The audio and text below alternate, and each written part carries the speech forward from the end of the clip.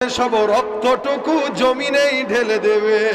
লড়াইয়ের ওই ময়দানেতে যেতে তোমাকে হবে, প্রয়োজনে সব রক্তটুকু জমিনেই ঢেলে দেবে। তবুও তোমায় লড়তেই হবে, মানবে না পরাজয়। তবুও তোমায় লড়তেই হবে, মানবে না পরাজয়। বিপ্লব মানে জীবন দেয়া বসে থাকা নয়, সে কোনো দিন আসবে না রে করো যদি ভয়।